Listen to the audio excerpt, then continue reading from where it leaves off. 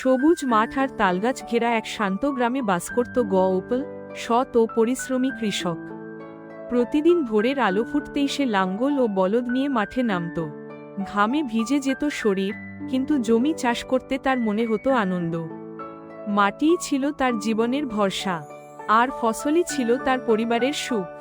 এক বছর হঠাৎ বন্যা এলো। গ্রামের অনেক ঘরবাড়ি ভেসে গেল। জমির ফসল নষ্ট হলো, সবাই হতাশ হয়ে পড়ল। কিন্তু গোপাল হাল ছাড়ল না। সে গ্রামের লোকদের একত্র করে বাঁধ নির্মাণের কাজ শুরু করল। দিন রাত খেটে তারা নদীর জল আটকাতে সক্ষম হল।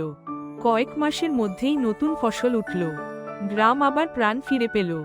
গ্রামের মানুষ বুঝল, ঐক্য আর সাহস থাকলে কোনো বিপদই অদম্য নয়। গোপাল কখনো নিজের জন্য কিছু চাইত না।